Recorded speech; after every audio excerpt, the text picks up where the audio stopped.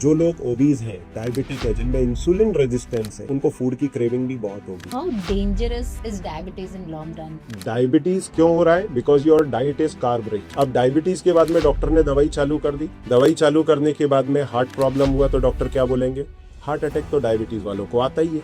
मैंने तो पहले ही बोला था। मतलब इसको नेचुरल ले लिया जाता है, जबकि कॉम्प्लिकेशन किस चीज का है? कार्ब रिच डाइट का। और डाल किस पर दिया है? डायबिटीज का कॉम्प्लिकेशन। वो डायबिटीज का कॉम्प्लिकेशन नहीं है, that is your diet complication. फिर अगर वही ट्राइग्लिसराइड ब्रेन में घुस गया, जम गया ब्लड वेसल्स में, तो ब्रेन स्ट्रोक आएगा। जैसे हम डायबिटीज की बात कर रहे थे, सो क्या टाइप 2 डायबिटीज रिवर्स हो सकता है? 100% होता है। मेरे पास में पूरे डेटाबेस है और मैं हर समय डेटाबेस अपने पॉकेट में रख करके ही घूमता हूँ कि कभी भी, क्योंकि बीइंग डॉक्टर मेरे को कोई भी एमसीआई भी क्वेश्चन कर सकती है बिल्कुल। कि being doctor how you are saying कि डायबिटीज कैन बी रिवर्स। मैंने तो बचपन से सर एक ही चीज सुनी है कि डायबिटीज जेनेटिक है। पेरेंट्स ने अपने बच्चों को वही खिलाया जो वो खुद खा रहे थे। खुद डायबिटिक हो गए उस फूड के कारण, बच्चा भी डायबिटिक हो गया। अभी 3 दिन पहले मेरा एक कंसल्टेशन हुआ पेशेंट का। आई वाज लिटरली शॉक्ड।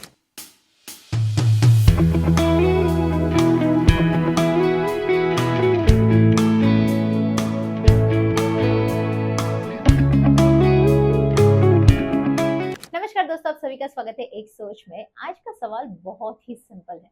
अगर आपको डायबिटीज हो जाए तो आप क्या एक्सपेक्ट करते हैं? अगर आपको डायबिटीज हो जाए तो आप क्या एक्सपेक्ट करोगे? रोज दवाई, रोज शुगर चेक और जिंदगी भर का मैनेजमेंट। हमें बचपन से यही सिखाया गया है कि डायबिटीज एक लाइफ लॉन्ग डिजीज है। लेकिन अगर मैं कहूँ कि शायद हम डायबिटीज को समझने में गलती कर रहे हैं। आज मेरे साथ एक ऐसे डॉक्टर है जिन्होंने अपनी मेडिकल जर्नी में एक बहुत बड़ा शिफ्ट किया। वो ऑर्थोपेडिक सर्जन थे, हड्डियां और जॉइंट्स ट्रीट करते थे, लेकिन फिर उन्होंने देखी कि diabetes, obesity, fatty liver, arthritis, neuropathy और हार्ट डिजीज अलग अलग प्रॉब्लम्स नहीं है। इनकी जड़ एक ही हो सकती है, और अगर रूट कॉज को एड्रेस किया जाए तो पेशेंट की पूरी हेल्थ बदल सकती है। हजारों पेशेंट की लाइफ में ट्रांसफॉर्मेशन लाने वाले डॉक्टर संजीव अग्रवाल जी को, who is a founder of Long Live Lives. Let's welcome him on Ek Soch, one idea that changed your life. Welcome to Ek Soch, sir. Thank you. And thank you so much for being there, taking out some time My for all pleasure. of us and our viewers. And welcome once again to Ek Soch. Thank So you, before my pleasure. even we begin, Yeah. ये पूरा जो platform है एक सोच का है।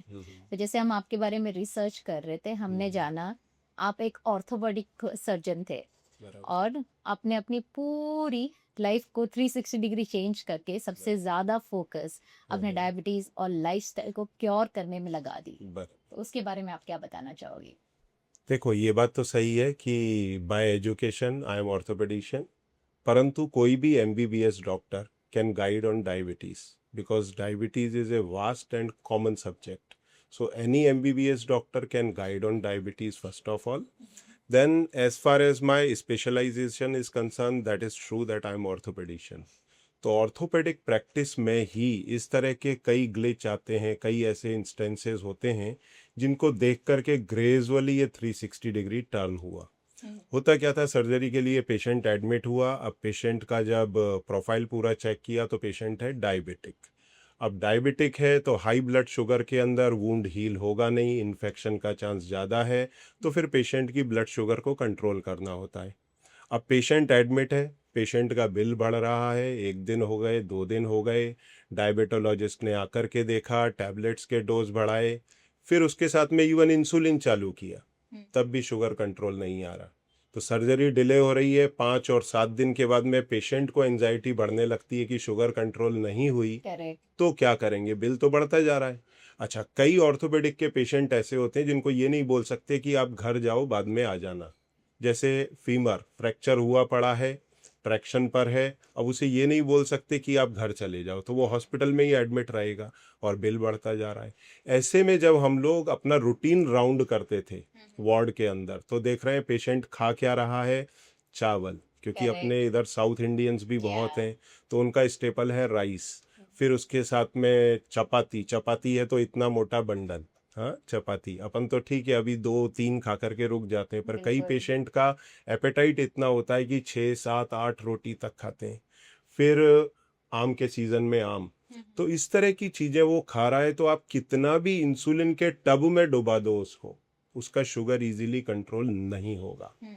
ऐसे में थोड़ा तो बायोकेमिस्ट्री हमने भी पढ़ा है, ठीक है, ये डाइटिशियंस का सब्जेक्ट है, परंतु उस नॉलेज के बेस पे हम पेशेंट को ये तो गाइड उस समय कर पाते थे कि भाई आप इतना राइस खा रहे हो, इतना चपाती खा रहे हो, इसको रिप्लेस करो, इसको कम करो। फिर भाई क्या लें, तो फिर सैलेड्स लो, वेजिटेबल्स लो, तो उसके अंदर स्टार्ची चीजें कम आएंगी। तो देखा पेशेंट को बेनिफिट हो रहा है। 3-4 दिन के अंदर पेशेंट फिट हो गया सर्जरी के लिए। अब जब सर्जरी हो गया तो पेशेंट के लिए एक लेसन हो गया कि भाई उसका डाइट बहुत गलत था। अब घर जाके जब उसने फॉलो करना चालू किया तो महीने 2 महीने में मालूम पड़ा दवाइयाँ घटती चली जा रही है।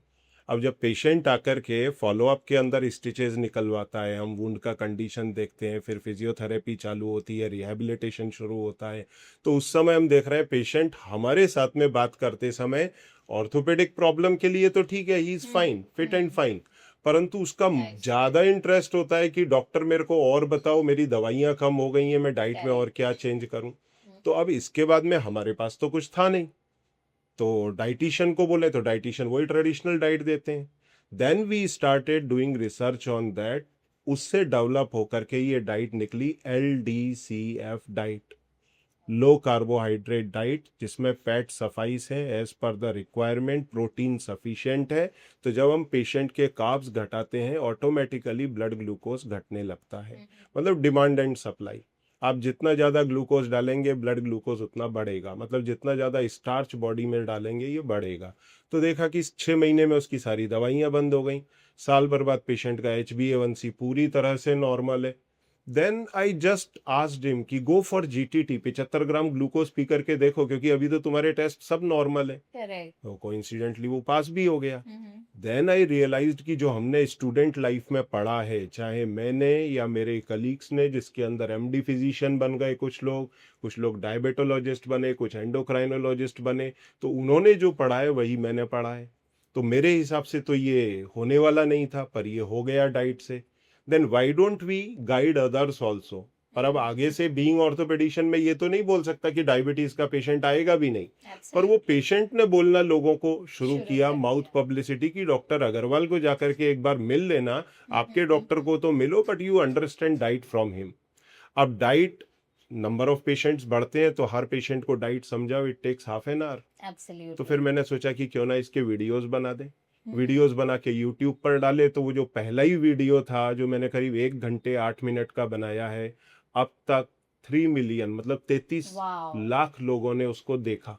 और अभी इतने पेशेंट्स ऐसे हैं जो जब फोन करते हैं बोलते हैं मैं 6 महीने से आपका डाइट फॉलो कर रहा हूँ, मैं 1 साल से कर रहा हूँ, मैं 2 साल से कर रहा हूँ, पहले मेरा 300-400 आता था, अब मेरा घट के कम हो गया है, या फिर 150 पे आ गया है, पर अब इसके आगे मैं कैसे बढ़ूं, रिवर्स कैसे करूं। Then we guide them under programs, उसके अलग से प्रोग्राम्स हैं जिसमें हम उनको डायबिटीज का कंट्रोल, रेमिजन और इवन रिवर्सल करना भी गाइड करते हैं। सो बेसिकली ये That जो way. आपने जो कंपनी शुरू की है या लॉन्ग लिव लाइफ्स के नाम से, इसकी शुरुआत कब से हुई? ये बेसिकली 7-8 साल का ही है, पर इसका जो पेरेंटल कंपनी है दैट इज एरन लैब्स। तो मैंने ऑर्थोपेडिक के केस में भी एक प्रोडक्ट आता था पहले हमारे ही कंपनी में, यूनियन रीयूनियन करके, फ्रैक्चर हीलिंग एक्सेलरेटर। वो एक अकेला ऐसा प्रोडक्ट था उस समय 2005 से 2007 के बीच मैंने शुरू किया था, जिससे फ्रैक्चर हीलिंग की रेट बढ़ जाती है। जो फ्रैक्चर 1.5 महीने में हील होने वाला है वो 4 हफ्ते के ही अंदर, 6 हफ्ते में जो हील होने वाला है 4 हफ्ते में हील हो जाएगा। So that medicine we brought in the market by name of union reunion. Now एक दूसरी कंपनी है एरीज लाइफ साइंस, उनके पास में वो प्रोडक्ट है, वी सोल्ड देम इन 2017। तो वो पेटेंटेड भी है, रीयूनियन तो पेटेंटेड है, CDRI का प्रोडक्ट है। फिर हमने उसके बाद में आर्थराइटिस पे काफ़ी काम किया। देयर आफ्टर वी रियलाइज कि कुछ जो प्रोडक्ट्स हैं, जैसे जो सप्लीमेंट्स हैं, अगर वो पेशेंट के कन्वीनियंस के लिए हम लोग अमेजोन के ऊपर, फ्लिपकार्ट के ऊपर या अपनी साइट के ऊपर डालते हैं, तो it will be much better all India के लिए भी और ग्लोबली भी। पेशेंट किधर से भी अपनी रिक्वायरमेंट के हिसाब से ऑर्डर कर सकता है। Then we started the long live lifes. उसके अंदर फिर ट्रीटमेंट पार्ट एक है, प्रोडक्ट्स दूसरे पार्ट के अंदर आते हैं, न्यूट्रास्यूटिकल्स। तो सर अगर मैं देखूँ आपकी जर्नी को, you started as an orthopedician, right. it's a very big decision for any doctor, right, to shift their entire focus towards lifestyle. अब वो पेशेंट्स ने पुल किया, I can say more over this, कि पेशेंट्स ने उस तरफ पुल किया, ड्रैग किया, और जब मैंने देखा पेशेंट्स को बेनिफिट हो रहा है। देखिए, डॉक्टर बनने का पर्पस होता है लोगों को ट्रीट करना। बिल्कुल। अब आप किस फैटर्निटी में किस तरह के पेशेंट्स को ट्रीट कर रहे हैं, ये एक बार हमारी चॉइस एजुकेशन के बेस पे डिसाइड हो जाती है कि मैंने ऑर्थोपेडिक लिया।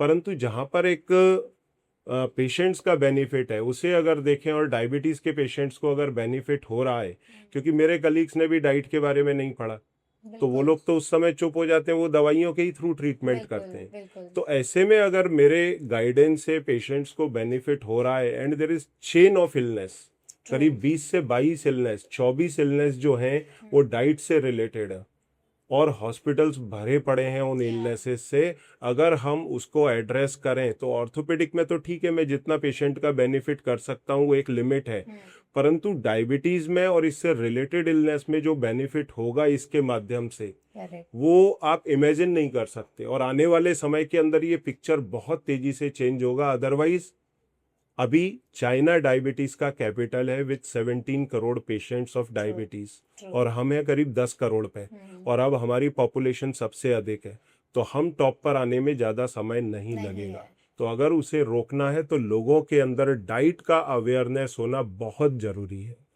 जैसे कि हम आपसे before this podcast I was Right. Having a conversation with you, you are the first doctor from whose mouth I am hearing कि बॉडी को आप अलग अलग पार्ट की तरह मत ट्रीट करो, आप उसको एक सिस्टम की तरह ट्रीट किया जाना चाहिए, Right. ताकि आप जो रूट कॉज जो है उसका Right. फिगर आउट कर पाओ। उसके लिए आप क्या कहना चाहोगे? देखो, अब कैसा है, डायबिटीज़ के केस में आप देखें तो डायबिटीज़ से पहले पेशेंट फैटी लीवर के लिए कई बार डॉक्टर्स के पास जाता है। बिल्कुल। फैटी लीवर को डॉक्टर्स अभी तो ऑलमोस्ट इग्नोर कर देते हैं कि अरे ग्रेड 1 ग्रेड 2 तो सभी को है।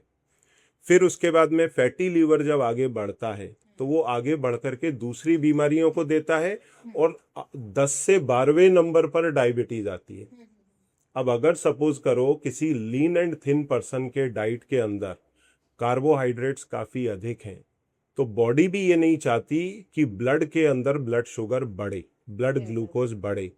तो उसको काउंटर करने के लिए सबसे पहले आपका पेनक्रियाज इंसुलिन बनाता है, वो उस ग्लूकोज को सेल के अंदर डाल देता है, जिससे आपके ब्लड के अंदर ग्लूकोज की मात्रा लिमिटेड रहे 100 मिलीग्राम डेसीलीटर के आसपास।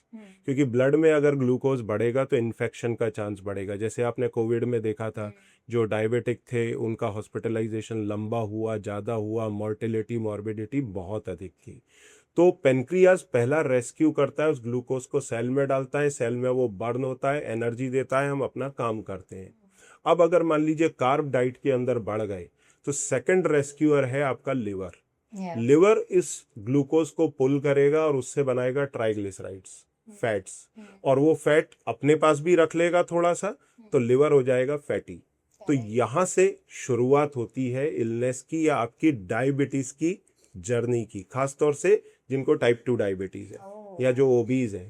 तो शुरुआत किससे हुई? फैटी लीवर से। अब लिवर ने क्या किया? फैट बनाएगा, क्योंकि पेशेंट की तो आदत पड़ चुकी है रोज हाई कार्ब डाइट लेने की, और आपके इधर तो नीचे खाऊ गली है, तो यहाँ तो सब कार्ब रिलेटेड ही चीजें हैं। तो ब्रेड खाएगा, पोहा खाएगा, उपमा खाएगा, रोटी खाएगा, चावल खाएगा, हर चीज के अंदर भर भर के कार्ब्स आ रहे हैं, शक्कर से ज्यादा। हाँ, शक्कर से ज्यादा ग्लूकोज इसमें है। तो जब इतना ग्लूकोज ब्लड में पहुंचेगा तो लिवर उसको खींच के ट्राइग्लिसराइड बनाएगा, अपने पास रखेगा, फैटी लिवर हो जाएगा, ब्लड फ्लो में डाल देगा, तो पेशेंट का ट्राइग्लिसराइड पर इम्पैक्ट आएगा। तो डॉक्टर्स क्या करते हैं? फैटी लीवर को अलग ट्रीट करते हैं, डिस्लिपिडीमिया को अलग, डिस्लिपिडीमिया की अलग गोली, फैटी लीवर की अलग गोली। यहाँ से फिर खेल शुरू होता है। अच्छा, डॉक्टर के भी माइंड में ये नहीं है कि ये इतनी लंबी चेन जा रही है, और इसी चीज को ध्यान में रख के मैंने एक वीडियो बनाया लगभग आधे घंटे का, कार्ब्स लाइन। करीब 24 बीमारियां हैं। जब ट्राइग्लिसराइड बढ़ेगा तो फिर बॉडी में जाके जमेगा तो ओबेसिटी आ गई, मोटापा आ गया। अब गले में जम गया तो स्नोरिंग चालू हो गई, खराटे लेने लगे। तो जितने भी मोटे लोग हैं उनको देखिए वो खराटे लेते हैं। फिर क्या होता है, जब इंसुलिन बड़ी मात्रा में आपका पेनक्रियाज बनाता है इस पूरे ग्लूकोज को वॉश आउट करने के लिए, तो इंसुलिन रेजिस्टेंस बढ़ता है। जब वो बढ़ेगा तो महिलाओं में पीसीओडी, आज Yeah. ओबीज जितनी भी बच्चियां हैं 70% पीसीओएस का रीजन है ओबेसिटी। Yeah, true. कई महिलाओं को मालूम ही नहीं है, 30 साल 40 साल हो गया उनका पीसीओएस कंटिन्यू है, पीरियड कब आया ध्यान नहीं, पिल्स लिए, कुछ समय पीरियड रेगुलराइज हुआ, फिर वापस पीसीओएस में चले गए। बिल्कुल। फिर हाइपोथायराइड ऑटो इम्यून इलनेस भी है, परंतु अगर ओबीज हैं तो उसमें भी हाइपोथायराइड आता है 30% केसेस में। आप उनकी डाइट ठीक कर दीजिए, हाइपोथायराइड क्लियर हो जाता है। और अभी तक डायबिटीज आया नहीं है, फैटी लीवर आ गया, ट्राइग्लिसराइड बढ़ गया, स्नोरिंग आ गया, ओबेसिटी आ गया, हाइपोथायराइड आ गया, पीसीओएस आ गया, फिर स्किन के अंदर चेंजेस आने लगते हैं, फंगल बैक्टीरियल इन्फेक्शन होता है, फिर बीपी आ जाता है क्योंकि खून की नलियां पतली हो रही, जो ट्राइग्लिसराइड बना वो जगह जगह डिपॉजिट होगा, तो ब्लड प्रेशर आएगा, पैरों में जलन आ सकती है डायबिटीज के पहले। अब अगर कोई महिला है और उम्र ज्यादा है 40 साल, तो कमर का दर्द शुरू हो सकता है, घुटने का दर्द शुरू हो सकता है। अब इसके बाद में 12वें 13वें नंबर पे आएगा डायबिटीज। अब सबसे बड़ी प्रोफेशन की सबसे बड़ी गलती जो डॉक्टर्स करते हैं, बोलते हैं डायबिटीज के कॉम्प्लिकेशन है। अब ये मैंने इतनी जर्नी आपको समझाई, ये किस चीज का कॉम्प्लिकेशन है? आपकी कार्ब रिच डाइट का। आपकी डाइट से ही फैटी लीवर और सारी चीजें हुई। I can just correlate all of these things because I'm nearing 40s. Right. Okay, so one thing that you said that ladies में ये सारी चीजें, ये सारे सिम्टम्स शुरू हो जाते हैं, and now I realize that थोड़ा थोड़ा बैक पेन तो मुझे भी प्रॉब्लम शुरू हो चुकी है। आपने जितनी प्रॉब्लम्स बोली कहीं ना कहीं थोड़ी थोड़ी थोड़ी डेवलप होनी शुरू हो चुकी है, right? So this is something which is very important. I used to give open challenge to my patient who is diabetic कि ये मैं 13 इलनेस अभी भी मैंने बताई हैं, इनमें से अगर किसी के पास में एक भी प्रॉब्लम ना हो और वो टाइप 2 डायबिटिक हो, तो मैं उसको एक गिफ्ट देने के लिए तैयार हूं। मैं सेशंस में बोलता हूं। और अगर आपके पॉडकास्ट में भी कोई ऐसा पेशेंट है जो डायबिटिक है, इन 12-13 में से कोई प्रॉब्लम नहीं है, नो स्किन चेंज, स्किन पर स्किन टैग भी आते हैं around neck and axillary area, फिर फंगल बैक्टीरियल इन्फेक्शन आता है, न्यूरोपैथी है, बीपी, अगर किसी को कुछ भी नहीं है तो मैं डेफिनेटली कहूंगा कमेंट सेक्शन के अंदर लिखो, I will send a gift to you. अगर आप डायबिटिक है और इनमें से कुछ नहीं है, फिर डॉक्टर्स क्या बोलते हैं, आप दवाइयों से अपना इलाज करिए और कॉम्प्लिकेशंस तो आएंगे। क्या क्या आएंगे? हार्ट अटैक आ सकता है, क्योंकि जो ट्राइग्लिसराइड आपका लिवर बना रहा है ना, जो आप दवाइयां दे रहे हैं उनसे लिवर ने ट्राइग्लिसराइड बनाना बंद नहीं किया है, वो अभी भी बना रहा है दवाइयों के बावजूद। तो वो ट्राइग्लिसराइड सपोज करो हार्ट की आर्टरीज में बैठ गया तो क्या होगा? Heart attack. ब्रेन में बैठेगा, ब्रेन स्ट्रोक। पैरों में बैठेगा तो न्यूरोपैथी आएगी, पैरों में जलन होगा। फिर सेक्सुअल प्रॉब्लम, वो इसी से रिलेटेड। फिर उसके बाद में आईज में बैठेगा तो रेटाइनोपैथी। अगर किडनी में जाएगा तो लॉन्ग रन में नेफ्रोपैथी। और पूरे बॉडी के ब्लड वेसल्स पतले होंगे, हालांकि दूसरे फैक्टर्स भी कंट्रीब्यूट करते हैं, तो हाइपरटेंशन। तो 7 जगह पर ये ट्राइग्लिसराइड आपको डेंट मारता है। और फिर डॉक्टर क्या बोलते हैं? This is complication of diabetes. So is this really complication of diabetes? Now you people decide, और यू डिसाइड कि क्या ये डायबिटीज का कॉम्प्लिकेशन है। मैं बोलता हूँ है ही नहीं, ये कॉम्प्लिकेशन है आपकी डाइट का। तो मैंने मेरे उधर, आप क्लिनिक में कोई भी पेशेंट आएगा तो देखो उधर बाहर ही एक बैनर लगा हुआ है, कार्ब्स लाइन। 24 बीमारियां हैं, even prostate cancer, prostate enlargement, breast cancer females में कहीं ना कहीं आपकी कार्ब रिच डाइट से रिलेटेड है। But sir we are living such a fast world, मतलब इतनी फास्ट दुनिया में हम जी रहे हैं, इट्स अ डिजिटल वर्ल्ड। तो आए दिन लोग मोबाइल पे रहते हैं, चीजें खाते रहते हैं, जैसे आपने बोला टेम्पटेशन होता रहता है, जैसे आपने बोला कार्ब रिच फूड, राइट? सो किस तरीके से इसको मैनेज किया जाए, कैसे मतलब खाया जाए? पता ही नहीं रहता है किसी को कितने मात्रा में आपको खाना रहता है, कितना कार्ब खाना रहता है, राइट? अगर हमने डाइटिशियन को हायर कर लिया, उन्होंने जो भी हमको सजेस्ट कर लिया हमने कर लिया, लेकिन हम इतने लेजी वर्ल्ड में रह रहे हैं, हम खुद इतने लेजी है कि हम उसको फॉलो नहीं कर पाते। तो उसके लिए आप क्या कहना चाहोगे? देखिए, इसमें 2 चीजें हैं। एक तो ये है कि डाइटिशियन को भी पूरा नॉलेज नहीं है, और जिस डाइटिशियन को पूरा नॉलेज हो गया वो प्रैक्टिस नहीं कर पाएगी। ट्रू। क्यों नहीं कर पाएगी कि चलो मैं एक डॉक्टर हूं, मैं मरीज को दवाई लिख करके ट्रीट करता हूँ, मैं पहले ही दिन पेशेंट को समझाता हूँ follow low carb diet and attend a dietitian also. अब मेरा पेशेंट डाइटिशियन के पास गया और उसकी शुगर नॉर्मल हो गई, तो क्या वो पेशेंट वापस मेरे पास आएगा? वो मेरे पास नहीं आएगा, डाइटिशियन के पास जाएगा। अब मेरे फ्लो में मान लो 5 पेशेंट के साथ ऐसा हो गया, मैं छठा पेशेंट उसके पास भेजूंगा? मैं नहीं भेजूंगा। मैं ऐसी डाइटिशियन पर पेशेंट भेजूंगा कि पेशेंट मेरे पास भी आए, पेशेंट उसके पास भी जाए और पेशेंट भी हैप्पी रहे। तो थोड़ा शुगर अगर उसका डाइट से कम हो गया तो dietitian is satisfied, patient is also happy. क्योंकि अगर आप protein rich, fat rich, intelligent food ढूंढने जाएंगे, इट इज वेरी एक्सपेंसिव, महंगा पड़ता है। तो पेशेंट को क्या लगेगा कि मैं इतना महंगा खाने से अच्छा है ये खाऊं, और वो टेस्टी भी है। करेक्ट। अब एक छोटा सा एग्जांपल देता हूं। आप मूवी देखने जाते हैं तो मूवी में स्नैकिंग में क्या लेते हैं? पॉपकॉर्न और साथ में कोक। कोक। मैं एक इंसिडेंट शेयर करता हूँ। मेरे पास में एक कपल बैठा था, अभी एक मूवी आया था धुरंधर 2 देखने के लिए गया, बाजू में एक कपल बैठा, इतना बड़ा बकेट, मतलब वो सोचो मैं 4 या 5 एपिसोड में खाली करने का सोच सकता हूँ। फिर बाद में जब मैंने उसको सोशल मीडिया पे जाकर के देखा, उस पर वीडियो बनाते पे, तो मुझे मालूम पड़ा कि वो बकेट जो है ना रिफिल कर सकते हैं कितनी भी बार। I was literally shocked. 240 ग्राम popcorn you can refill any number of time. Is it? Yes. वो ग्रुप बुकिंग में नहीं था, अगर कपल है तो वो शायद बुक कर सकते हैं। और साथ में 810 ml का कोक कोल्ड ड्रिंक। तो उसमें जब मैंने टोटल ग्लूकोज कैलकुलेट किया, it was coming 200 gram, and in a shot they are taking 200 gram glucose and they are not aware of कि वो क्राइम कर क्या रहे हैं। अब ऐसे में मैं उसको ये तो नहीं बोल सकता कि आप रोको, क्योंकि वो डेफिनेटली ऑफेंड फील करेंगे।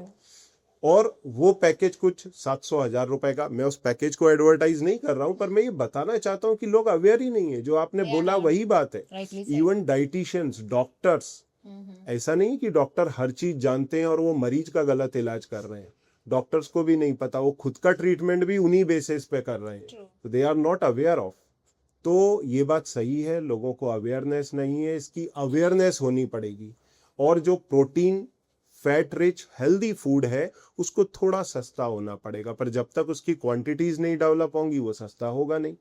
अब जो कार्ब रिच फूड है, जैसे इडली डोसा ही ले लो, दैट इज सो टेस्टी कि लोग आउट ऑफ टेम्पटेशन रोक ही नहीं पाते। और सस्ते फूड में इंडस्ट्री को मार्जिन ज्यादा मिलते हैं, तो वो उसी को ही प्रमोट करते हैं। जैसे हम डायबिटीज की बात कर रहे थे, सो क्या टाइप 2 डायबिटीज रिवर्स हो सकता है? 100% होता है। मेरे पास में पूरे डेटाबेस हैं, और मैं हर समय डेटाबेस अपने पॉकेट में रख करके ही घूमता हूँ कि कभी भी, क्योंकि बीइंग डॉक्टर मेरे को कोई भी एमसीआई भी क्वेश्चन कर सकती है कि being doctor how you are saying कि डायबिटीज कैन बी रिवर्स्ड। तो टाइप 2 डायबिटीज रिवर्स होता है, और रिवर्सल के भी 4 स्टेप है। लोगों ने क्या इसमें भ्रमित करके लोगों को कंफ्यूज कर दिया, और डॉक्टर खुद कंफ्यूज है। तो पहला स्टेज होता है कि दवाइयों के साथ आपका शुगर कंट्रोल हो, ये पहला स्टेज है। Medicine, blood glucose control. Control मतलब क्या? 110 फास्टिंग में, 140 के नीचे खाना खाने के बाद। फिर स्टेप 2 आता है, जिसके अंदर धीरे धीरे आपकी मेडिसिन बंद होती हैं जब आप डाइट प्रॉपर फॉलो करते हैं। तो फिर विदाउट मेडिकेशन 110 या 100 in fasting, and after meals under 140। फिर तीसरा स्टेप आता है जिसके अंदर उसका HbA1c 5.7 के नीचे आए, शुगर के पैरामीटर मैच करें। अब इसमें शुगर के पैरामीटर थोड़े और स्ट्रांग हो जाते हैं, मतलब फास्टिंग में शुगर 100 के नीचे आएगा, खाना खाने के बाद में 120 के नीचे आएगा, medicine 0 only on the basis of diet, और HbA1c 5.7 के नीचे। ये हो गया रेमिजन। रेमिजन स्टेज में अगर आपने किसी दिन चावल खा लिए तो आपका शुगर बढ़ेगा, मिठाई खा लिया शुगर बढ़ेगा। फिर एक स्टेज आता है चौथा, कि बॉडी ये भूल जाती है कि वो कभी डायबिटिक था भी या थी भी, तो उसमें उसको 75 ग्राम ग्लूकोज पी करके GTT टेस्ट क्लियर करना होता है, जिसमें 1 घंटे के बाद में शुगर लेवल आता है, ग्लूकोज लेवल आता है 160, 2 घंटे के बाद में आता है 140 के नीचे। तो ये परफेक्ट रिवर्सल है। अब मैं इसको क्योर तो नहीं बोलूंगा, क्योंकि हमारे यहाँ पे Yeah. बाबा जी ने क्योर बोला था तो देखो नहीं, कोर्ट people में खड़ा feel कर दिया। कि आपने बोला था रिवर्स हो गया है तो कुछ हाँ मैजिक हो जाएगा और रातों हाँ रात चीजें चेंज हो जाएगी। बराबर। नहीं तो रिवर्सल का एक्चुअल मतलब होता है यू पास जीटीटी। मैंने कई डॉक्टर्स को भी सोशल मीडिया पे सुना है, वो कई बार बहुत ज़्यादा वाइल्ड हो जाते हैं बोलने के अंदर, पर वो रेमिजन को ही रिवर्सल कंसीडर कर लेते हैं। तो रेमिजन में ये है कि आप एकदम पूरी तरह से नॉर्मल है, डाइट कंट्रोल में ले रहे हैं, शुगर लेवल सब बढ़िया है, आप किसी को भी रिपोर्ट दिखाएंगे तो वो बोलेगा यू आर नॉन डायबिटिक। पर रिवर्सल का मतलब होता है शादी पार्टी में या आपके खाऊ गली में आ जाओ, मिठाई खा के जाओ और शुगर आपका ना बढ़े, that is reversal. Correct, so we do that also, और उन्हीं पेशेंट्स का डेटाबेस में मेरे पास में रखता हूं कि कभी भी इसको लेकर के क्वेश्चनिंग हो तो I can show medical council of India कि ये होता है, और डॉक्टर्स को इसमें करेक्शन बहुत जरूरी है। ट्रू। मैंने तो बचपन से सर एक ही चीज सुनी है कि डायबिटीज जेनेटिक है। What is your saying? नहीं देखो, अब ये भी फिर वही कंफ्यूजन, पेरेंट्स ने अपने बच्चों को वही खिलाया जो वो खुद खा रहे थे, या खुद डायबिटिक हो गए उस फूड के कारण, बच्चा भी डायबिटिक हो गया। अब बच्चा क्या बोलेगा कि मेरे पेरेंट्स को थी इसलिए मेरे को हो मुझे आ गई। गई। या डॉक्टर के लिए इजी रेस्क्यू क्या है, अरे तुम्हारे पापा को ट्रीट करता हूं, उनको डायबिटीज है, तुम्हारे को भी हो गया, ये तुम्हारा जेनेटिक्स है, काम खत्म। जबकि ये डाइटरी है। 90% डाइटरी केसेस हैं, 10% जेनेटिक या जेनेटिकली इन्फ्लुएंस्ड है। Type 1 diabetes is A autoimmune illness genetically influenced. और जो मोडी टाइप डायबिटीज है, ये अपने वो मोदी जी नहीं है, MODY। तो ये जो MODY मोडी है, ये जेनेटिकली ट्रांसमिट होती है। ओके। तो ये 10% है दोनों मिला के, या बाकी के दूसरे भी, पर 90% सिंपल टाइप 2 है जो आपके फूड से रिलेटेड है। तो ये Correct. इजी गोइंग के लिए कर दिया है कि जेनेटिकली है, वो जेनेटिकली नहीं है। से फॉर एग्जाम्पल जैसे हम लोग ऐसे ही जी रहे, right? People are not really taking good care of their health, they have diabetes, they are living their life, medicine Right. ले रहे, हो रहा है। How dangerous is diabetes in long run? मैंने बताया ना कि डायबिटीज क्यों हो रहा है, because your diet is carb rich. अब डायबिटीज के बाद में डॉक्टर ने दवाई चालू कर दी, दवाई चालू करने के बाद में हार्ट प्रॉब्लम हुआ तो डॉक्टर क्या बोलेंगे, हार्ट अटैक तो डायबिटीज वालों को आता ही है, मैंने तो पहले ही बोला था। मतलब इसको नेचुरल ले लिया जाता है, जबकि कॉम्प्लिकेशन किस चीज का है, कार्ब रिच डाइट का, और डाल किस पर दिया है, डायबिटीज का कॉम्प्लिकेशन। वो डायबिटीज का कॉम्प्लिकेशन नहीं है, that is your diet complication. फिर अगर वही ट्राइग्लिसराइड ब्रेन में घुस गया, जम गया ब्लड वेसल्स में, तो ब्रेन स्ट्रोक आएगा। अगर वही पैरों में जाके जम गया, जिनके पैरों में न्यूरोपैथी होती है ना, मैं उनको बोलता हूँ आप नसीब वाले हो, क्योंकि आपके पैर जल रहे हैं। अगर यही जाके पैर की जगह इधर हार्ट में बैठा होता तो आप अभी हॉस्पिटल में होते।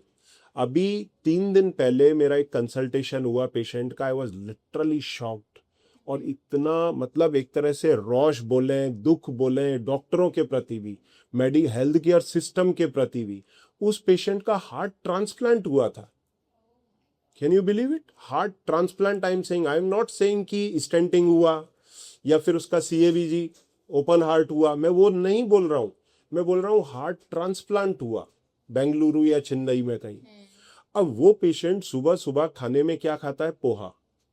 Poha is 80% glucose. Yes it is.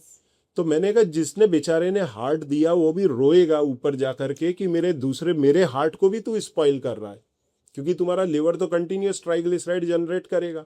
वो जाके इधर उधर बैठेगा तो भाई चलो लिवर हार्ट तुमने नया ले लिया, अगली बार किडनी लेके बैठ जाओगे, तो वो तुमको फिर कौन डोनेट करेगा। अब वो बंदा पोहा, उपमा, राइस, चपाती, गेहूं की दवा करके खा रहा है, शुगर बढ़ी हुई है। For that he came to me कि डॉक्टर मैं क्या करूं। तो मैंने कहा तुम्हारा डाइट सही करो। तो डायबिटीज के ये कॉम्प्लिकेशन नहीं, ये कार्ब रिच डाइट के कॉम्प्लिकेशन है जो डायबिटीज के रूप में मरीज को बताए जाते हैं, जिसमें जो सबसे अधिक मॉर्टेलिटी होती है ब्रेन स्ट्रोक के कारण, हार्ट अटैक के कारण, किडनी फेलियर के कारण, या फिर डायबिटिक फुट के कारण होने वाले इन्फेक्शन से। डायबिटिक फुट हुआ, घाव भरा नहीं, इन्फेक्शन हो गया, उंगली काटनी पड़ी, एम्पुटेशन किया, वही इन्फेक्शन बॉडी में स्प्रेड हो गया, पेशेंट का डेथ हो गया। And this happened, I mean, And this happened very I frequently. have this experience. मतलब आज ही एक जन की डेथ हुई है. He Mhm. was, you Very know, sad. yeah, he अब was. अब और मैं ये एक बात सारे बोलता root हूँ, cause अभी अगर मैं अब सुन रही हूँ उसकी तो. आत्मा को मालूम पड़े कि मैं अपने खाने में चेंज करता तो मैं और कई साल जी सकता. मैं कुछ साल नहीं बोल रहा, मैं कई साल बोल रहा हूँ. डॉक्टर साहब, सबसे बड़ी गलती जो आज के जो पेशेंट्स करते हैं, दे फील कि हमको सारा जो भी इंफॉर्मेशन चाहिए डाइट के रिलेटेड मुझे ऑनलाइन मिल रहा है. हाँ, this is the real very true. example which happened today. One of my family member who just passed away today itself, हम्म, उन्होंने डाइट यूट्यूब से फॉलो करी, हम्म. उनको डायबिटीज, बीपी, सारी चीजें, एंड में ही हैड, यू नो, पूरा नस फट जाता है ना, वो हो गया. किडनी फेलियर ही था पहले से, राइट, राइट. एंड इवेंचुअली किसी चीज को एड्रेस देते हुए मैंने मेरे कितने वीडियोस में बोला है कि जब भी मेरा डाइट फॉलो करो, 7 दिन 15 दिन फॉलो करो, तुमको 100% रिजल्ट्स मिलेंगे, 100%. जैसे ही रिजल्ट मिले then you come under supervision. अब क्या होता है, अनसुपरवाइज्ड डाइट फॉलो करते हैं, फिर वो क्या करते हैं, मेरी डाइट फॉलो करेंगे, दूसरे की सुनेंगे उसकी भी फॉलो करेंगे, तीसरे की सुनेंगे उसकी भी फॉलो करेंगे. अब ऐसे ही एक पेशेंट था, पेशेंट मेरे से पूछता है कि सर आपका फ्रूट्स को लेकर के क्या विचार है. मैं सुबह में फ्रूट ही फ्रूट खाता हूँ.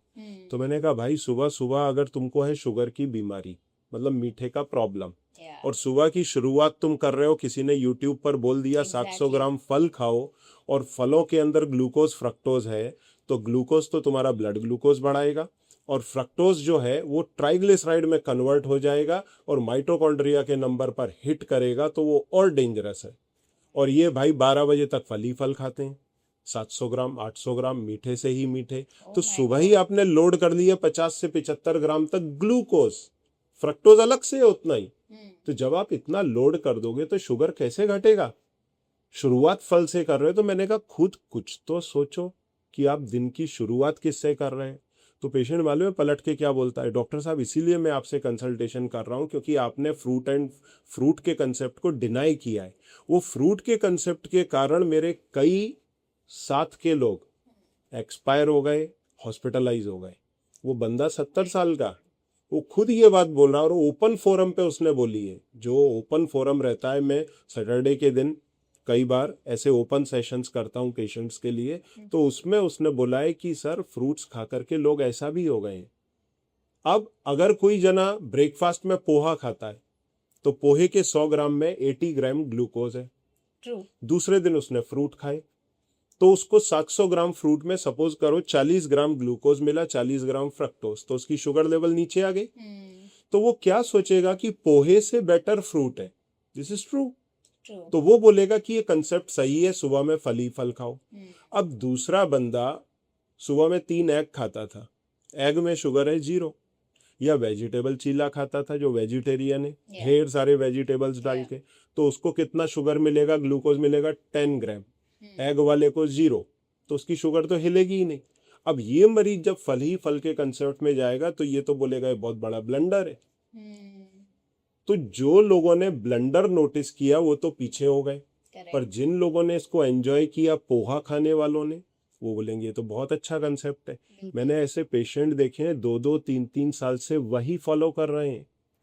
मैंने उनको पूछा डायबिटीज रिवर्स हुआ, बोलते नहीं सर 6-7 7:30 पे जाके रुक गया.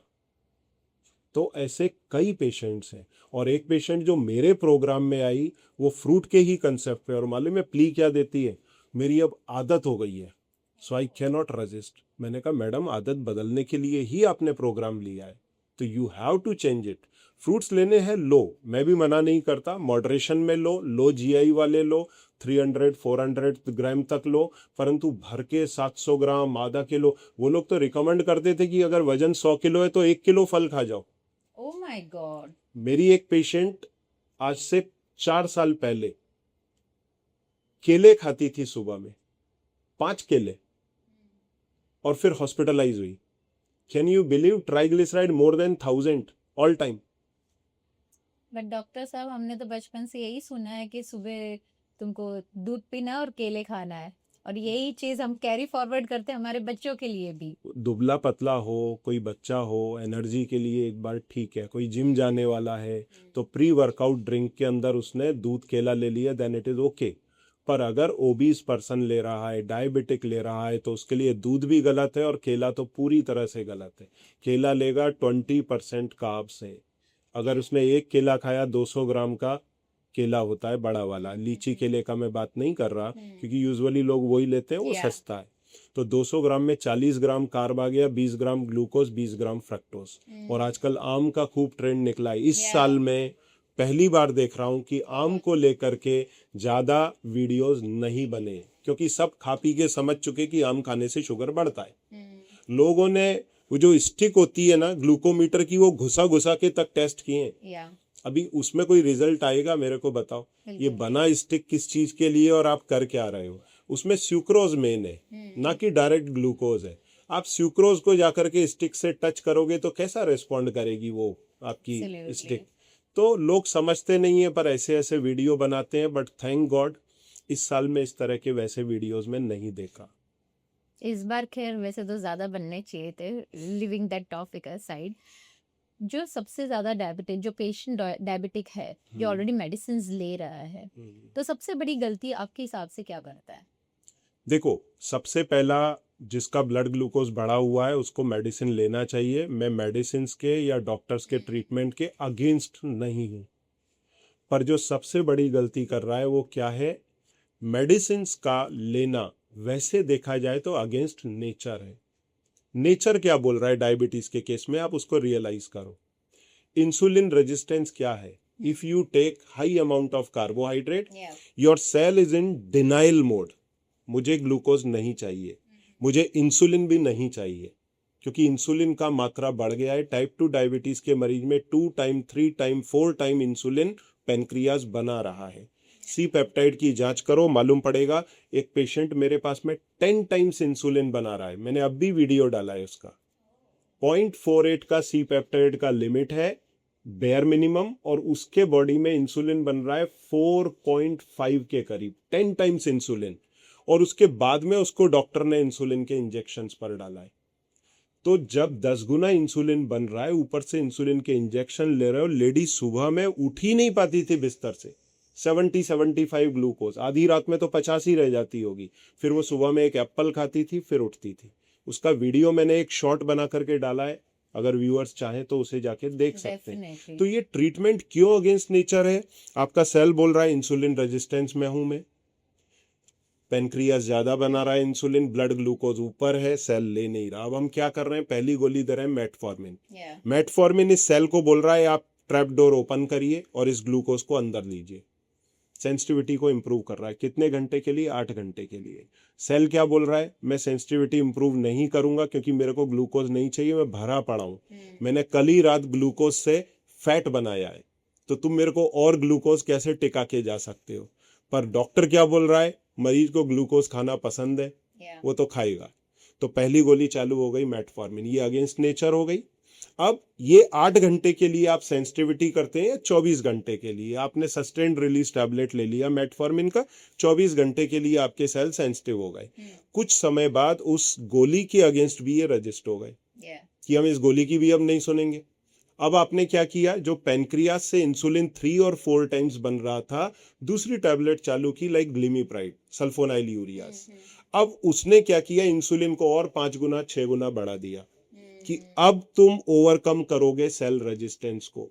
तो सेल तो अभी भी वहीं खड़ी है कि आई एम रेजिस्टेंट। तो आप अगेंस्ट नेचर जा रहे हो। तो उसकी जगह आप डिमांड एंड सप्लाई पे काम करो। कार्बोहाइड्रेट कम कर दो, आपकी बॉडी इंसुलिन कम बनाएगी, ब्लड में शुगर कम बढ़ेगा, इंसुलिन उसको कम मिलेगा, रेजिस्टेंस धीरे धीरे निकल जाएगा। अब एक सिंपल एग्जांपल देता हूँ। आपकी एक बचपन की फ्रेंड है, सुबह सुबह आप उठते हो और रोज आपके घर आ जाती है, तो एक समय बाद आपके मन में उसके प्रति रेजिस्टेंस आएगा कि यार मैं सुबह सुबह काम में रहती हूँ, ऑफिस जाना है, काम पर जाना है, ये सुबह ही आ जाती है। तो आप क्या बोलेंगे? मम्मी को, बच्चों को, हस्बैंड को लोग क्या बोलेंगे कि भाई बोल दो हूं नहीं मैं घर पे। You got resistance for that friend. अब वो 6 महीने आई ही नहीं आपसे मिलने। अब क्या होगा? अब आपके मन में प्रेम जागेगा और आप खुद उसको कॉल करोगे फोन करके कि आजा आज डिनर करते हैं, आजा आज संडे है अपन ब्रेकफास्ट करते करेक्ट हैं। The same thing is diabetes reversal. ये सेल आपका रेजिस्टेंस में था, आपने ना उसको ग्लूकोज दिया ना आपने उसको इंसुलिन दिया, उसके अंदर जो फैट था वो पूरा खाली कर दिया। अब धीरे धीरे ये सेंसिटाइज हो गई, अब उसी ग्लूकोज और इसी इंसुलिन को ये वेलकम करेगी। This is called diabetes reversal program. अब डॉक्टर क्या करते हैं, इससे भी 2 कदम आगे जाते हैं कि आपका सेंसिटिविटी इंप्रूव नहीं हो रहा, पेनक्रियाज इंसुलिन बना के गोली के इन्फ्लुएंस में भी थक गया है, तो मैं एक काम करता हूँ, ऐसी गोली देता हूँ कि आपके यूरिन से शुगर बाहर चला जाएगा, या SGLT2 इनहिबिटर्स। तो सारा यूरिन के अंदर जाना चालू, तो यूरिन में इन्फेक्शन भी होगा। दूसरा, मैं आपको ऐसी गोली देता हूं जो पेट के अंदर आपका ग्लूकोज पचेगा ही नहीं, टॉयलेट में निकल जाएगा। जब आपको ये मालूम है कि पेट में स्टार्च पचेगा नहीं, तो आप उसको स्टार्च कम खाने की सलाह नहीं दे सकते। एग्जैक्टली आपको मालूम है कि वो स्टार्च खा रहा है, आपने स्टार्च को डाइजेस्ट नहीं होने की गोली दी है, तो आप उसको स्टार्च खाने से रोक भी तो सकते थे। वो आपने नहीं किया, पर गोली टिका दी उसको। नो बट अब यू वो राइटली सेड दिस, जैसे कोई भी जो दवाई खा रहा है डायबिटीज की, वो खाना तो उतना ही खा रहा है जो उसको नहीं खाना चाहिए। बराबर। वेरी राइटली उसको क्या करना है, कार्बोहाइड्रेट के साथ में प्रोटीन फैट बढ़ाने चाहिए, कार्ब्स को कंट्रोल करना चाहिए, पर सुपरवाइज्ड वे में। ट्रू कुछ भी अनसुपरवाइज्ड मत करो, क्योंकि सोशल मीडिया पे इतने सारे Yeah. लोग हैं जो गलत धारणाएं भी डाल रहे हैं लोगों एवरी में। Single day. तो उन गलतियों से बचने के लिए आपने सही वीडियो देखा, आपको रिजल्ट सही मिला, now you go under his supervision. नहीं तो आप क्या करते हैं, मल्टीपल प्रोग्राम्स फॉलो करते हैं, Yeah. थोड़ा इसका थोड़ा इसका थोड़ा इसका थोड़ा इसका, फिर कंफ्यूज हो जाते हैं, फिर बोलते हैं ये सब बकवास है, मेरे को तो दवाई गोली ही खानी है। And doctors, many doctors are taking benefit of it, Yeah. कि अरे डाइट से कुछ नहीं होता, तुम तो Rightly दवाई said. खाओ, जिंदगी भर खाना पड़ेगा। अरे उसने सही डाइट की ही नहीं, वो वहां तक पहुंचा ही नहीं। वो सही डाइट कर तो लेने दो उसको 7 दिन सही डाइट करेगा, शुगर अपने आप नॉर्मल। और एक बात बोलूं, 1.5 दिन का पानी पे उपवास रख लो, शुगर नॉर्मल हो जाएगी। Is it? अगर सपोज करो, एक एग्जांपल देता हूँ, Yeah. माइंड मत करना, आपको सपोज करो डायबिटीज है, आपने आज का लंच नहीं लिया, आज का डिनर नहीं लिया, कल पूरा दिन भूखे रहे, पानी पीते रहे बस, परसों सुबह आपकी शुगर नॉर्मल हो जाएगी। Problem is where you are doing 3 times top up. Yeah. Top up बड़ा करोगे, मैं एग्जांपल देता हूँ, आपके पास में एक स्कूटर है, 2 लीटर उसमें पेट्रोल है, चालू करके छोड़ दो, पेट्रोल अपने आप ड्राई हो जाएगा। अब आप उसको हर 2 घंटे में 2 लीटर टॉप अप मारोगे तो जिंदगी भर चलेगा, बिल्कुल। पर कभी भी ड्राई नहीं होगा। तो ड्राई आउट करना है, आप कार्बोहाइड्रेट का इंटेक घटाओ, स्टार्च के रूप में भर भर के आ रहा है आपकी डाइट में। पर नाउअडेज आप ओबिसिटी जो हम बात कर रहे हो बहुत ज्यादा मात्रा में इंक्रीज हो रही है, ऑब्वियसली होगा ही वैसा because we are over eating, over intake भी बहुत ज्यादा हो रही है। है। तो उसके लिए आप क्या कहना चाहोगे? देखो, ओवर ईटिंग भी जो हो रही है वो क्यों हो रही है, because starch is very tasty. या इट इज। तो टेस्ट ड्रैग करता है, खींचता है पेशेंट को अपनी तरफ, मीठे का क्रेविंग। दूसरा, जो लोग ओबीज हैं, डायबिटिक है, जिनमें इंसुलिन रेजिस्टेंस है, उनको फूड की क्रेविंग भी बहुत होगी। अब सपोज करो कोई इंसुलिन रेजिस्टेंस में, उसने चिप्स खाया, बॉडी में ग्लूकोज गया, आप गोली खा रहे हैं या फिर आपके बॉडी में ज़्यादा इंसुलिन बन रहा है, तो ये क्या करेगा, ब्लड की शुगर को फटाफट सेल में डालेगा। ब्लड जैसे ही ग्लूकोज कम हुआ, आपका ब्रेन आपको सिग्नल देगा, भाई भूख लगी है, ब्रेन को शुगर मिल नहीं रहा है, और खाओ। तो फिर मंचिंग शुरू हो जाएगा। पर वहीं अगर आपने protein rich, fat rich food खाया, तो प्रोटीन आपके पेट को हल्का ही देर से होने देगा, तो 3 घंटा तो लगेगा डाइजेशन में। फिर आपने फैट खाया है, वो आपको एनर्जेटिक रखेगा 6 घंटे तक, तो आपको बार बार क्रेविंग ही नहीं होगी। अब हमने फैट को इसलिए बंद कर दिया हार्ट अटैक ना आ जाए, प्रोटीन इसलिए बंद कर दिया किडनी खराब ना हो जाए। तो जब ये दोनों बंद कर दोगे तो खाओगे क्या, कार्बोहाइड्रेट ही रह गया। There are only 3 things. तीसरा, उसमें फाइबर भी था, अब उसको हमने घिस घिस करके पॉलिश कर करके फाइबर भी निकाल दिया, तो रह क्या गया, empty calories in the form of carbohydrate. आप बिलीव नहीं करेंगे, आपके बॉडी के अंदर 15 से 25% फैट है, 15 से 25% प्रोटीन है, कार्बोहाइड्रेट 1% भी नहीं है, और हम 80% कार्बोहाइड्रेट खा रहे हैं। वही खा रहे हैं। तो ये कहीं नुकसान नहीं पहुंचाएगा? 24 बीमारियां देता है। नाउ आई रियलाइज, जैसे आपने मुझे बताया कि इतने सारी बीमारियों के बाद डायबिटीज होती है, right, right? And it has become a lifestyle disease now. Very Every second person you meet is diabetic. Right. ऐसे 5 मिथ बताइए जो आपकी हेल्थ को डिस्ट्रॉय करते हैं। देखिए, सबसे पहला तो ये कि प्रोटीन, जो लोग बोलते हैं कि डाइट में प्रोटीन अगर हम ज़्यादा लेंगे किडनी खराब होगा। यूएस ने अपनी गाइडलाइन पूरी उल्टी कर दी है। ऐसा था, उस ग्राफ को ऐसा कर दिया। प्रोटीन उन्होंने अपनी डाइट में, जो अब तक वो बोलते थे 0.6 to 0.8 ग्राम पर KG body weight, now they raised to 1.2 to 1.6 gram पर केजी बॉडी वेट। अगर किसी इंडिविजुअल का वजन 50 किलो है तो उसे कहा जाता था 40 ग्राम प्रोटीन खाओ। अब कहा जाता है कि नहीं, आप 60 से 80 ग्राम प्रोटीन खाओ। तो कितना बड़ा पैराडिम शिफ्ट है। तो हम क्या सोचते हैं कि प्रोटीन खाएंगे किडनी खराब हो जाएगा। हम प्रोटीन डेफिशिएंट हैं। दूसरी चीज कि हमको फ्रिक्वेंट मील्स की जरूरत है, नहीं जरूरत है। लोगों को क्या बोल के बेचा गया? Breakfast is the most important meal of the day. मैं पेशेंट को पूछता हूँ तुम्हारा शुगर कितना है? 150, 190, 120 होना कितना चाहिए था? 90। बॉडी में फैट कितना है? 10 किलो, 20 किलो, 30 किलो। बॉडी ने डिमांड किया कि मेरे शुगर लेवल 90 है, मुझे क्रेविंग हो रहा है? नहीं किया। आपका ब्रेकफास्ट का टाइम हो गया, आपने कर लिया, बॉडी ने तो डिमांड ही नहीं किया। तो सेकंड, जो फ्रिक्वेंट मील्स हैं वो मिथ टूटना चाहिए। Breakfast is the most important meal of the day, वो टूटना चाहिए। जब आपको भूख लगे, ग्लूकोज लेवल्स नीचे जाएं, then definitely you need food. तीसरा, फैट। चलो आपने फैट 0 कर दिया। एक टीवी पर ही है कार्डियोलॉजिस्ट, वो ऐसा बोलते हैं कि आप फैट तो छूना भी मत, तो ऐसा टच भी नहीं हो जाना चाहिए आपके चपाती को या आपकी सब्जी को। विटामिन ए, डी, ई, के फैट सॉल्युबल है। ये विटामिन बॉडी में नहीं पहुंचेंगे तो तुम्हारी आईज गई, विटामिन ए नहीं मिलेगा, विटामिन डी नहीं मिलेगा, बोन्स, इम्यूनिटी गया।